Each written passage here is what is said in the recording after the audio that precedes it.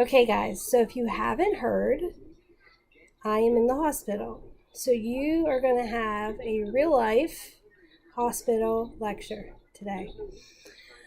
You have 4 objectives for today's lesson, and hopefully I'll turn off my TV here so you can hear me.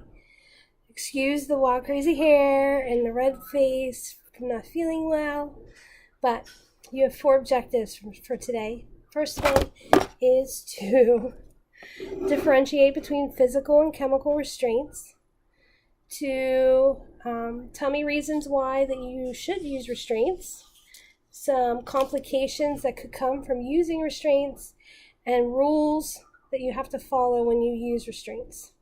So I'll give you a few seconds. You can pause here to write those down. They are on the learning guide on Schoology that you can upload and get to. So we're starting on slide 11. Pardon me here a sec. I'm not used to doing it quite like this.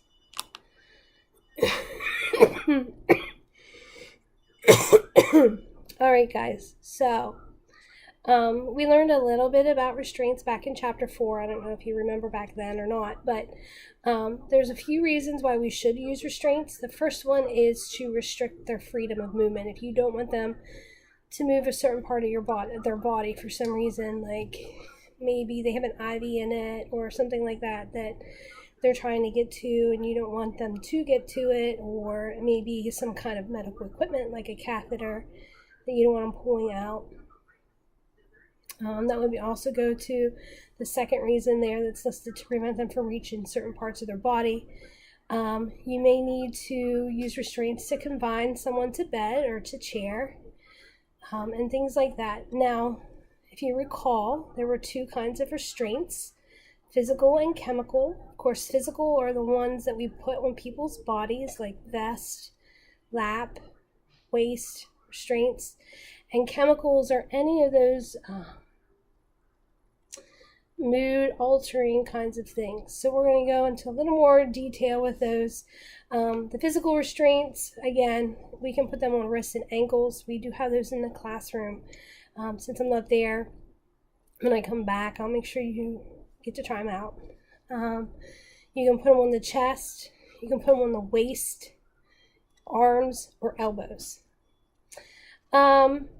There are certain types of chairs, and maybe more specifically things that you put on a chair that would be considered restraint. They're called Giri Chairs, where like you have the person sitting in the chair and then this thing comes and snaps them in and then they physically can't get out. So they would be considered restraints. The side rails here are considered a restraint.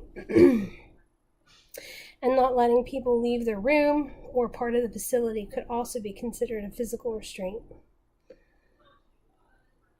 Chemical restraints, on the other hand, are those medications that alter behavior in some way, sedatives, tranquilizers, maybe even some certain kinds of pain medicine. Typically, we're going to use them to calm down somebody who's anxious or combative, like they're fighting with you.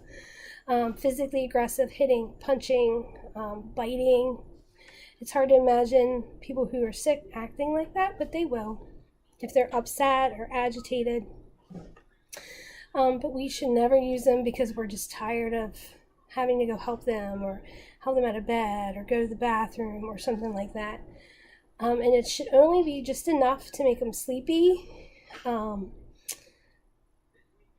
or because we don't want them to not be able to function. They still need to be able to do what they need to do. So when we would use them is when they're at risk for falling or not staying in bed for some reason, and they refuse to call for help if they need it. If they would wander away from a facility or their unit or their bed or something like that and get lost. If they're trying to remove a tube or something, or again, if they're combative. Now, if you recall from back in chapter 4, this is a little tired.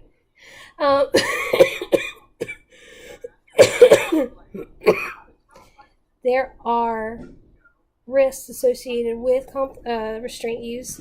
In fact, people are 8 times more likely to die if they are in restraints. So some of the complications that could happen are strangulation, which then of course could lead to death, bruises, nerve damage, broken bones, skin abrasions, damage to their blood flow of their body parts, pneumonia, pressure ulcers, blood clots. And then there's mental side effects that could happen from them being restrained, like becoming more agitated, becoming more confused, more humiliated, and embarrassed that they had to be tied down.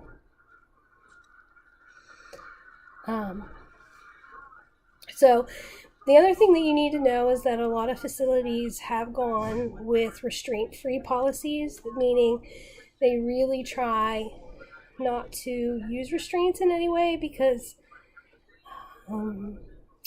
there are more complications with them.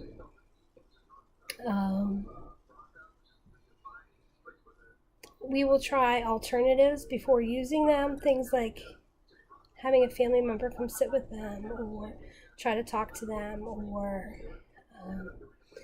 a nurse aide to sit with them, giving them things to do to keep themselves busy, things like that, just to keep them distracted if we can. But worst case scenario, we will use them. You have to have a doctor's order to use them. Typically, the policy is that the doctor has to come in and write a new order every 24 hours, and that you have to have his permission before you use them.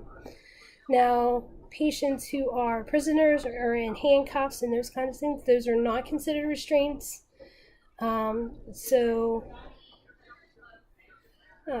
would not apply to any of the things that we're saying here. And I'm keeping it short and simple for today for you guys. That is the end of chapter 10. It's a really short chapter. So the plan is for you guys to review tomorrow and test to be the next day. So we'll see how this goes this week. We'll go from there. We'll try to keep you as busy as we can. Please be on your best behavior, and I will talk to you later. Bye.